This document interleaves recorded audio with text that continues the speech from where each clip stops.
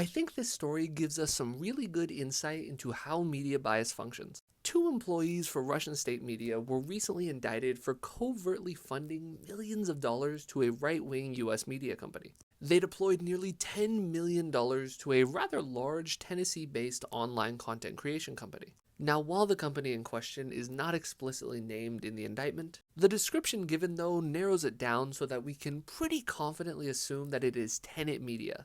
Now, Tenet has partnered with a variety of right-wing commentators such as Lauren Southern, Tim Pool, Dave Rubin, and Benny Johnson. Now, I actually think all of them are pretty damaging figures, but let's just focus on Tim Pool for now. Here we have one of the many clips where what Tim Pool says overlaps pretty clearly with Russian state interest. This is psychotic. Ukraine is the enemy of this country. Ukraine is our enemy, being funded by the Democrats. I will stress this again.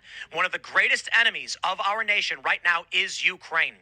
Hopefully it goes without saying that is unhinged, delusional, and the opposite of the truth. But something I want to highlight is I would be shocked if anyone, let alone RT employees, directed Tim Pool to say that. For starters, Tim Pool didn't even say this on the show that he contracts with Tenet Media. He said this on his own show, Timcast. Rather than Tim Pool being directly fed Russian propaganda, I believe his voice was one of the many uplifted by Russian propagandists because he says stuff like this. And I think that's very often the case with large media figures. Rather than them being told what to say, the people propping them up are just very confident they are on their own going to say what they want them to. Now, some people might try and say that is a distinction without a difference. And keep in mind, this is just an indictment. It has yet to be proven beyond a reasonable doubt in a court of law. If we want to combat the horrible information that's put out there, I think it's worth understanding the mechanisms through which it goes.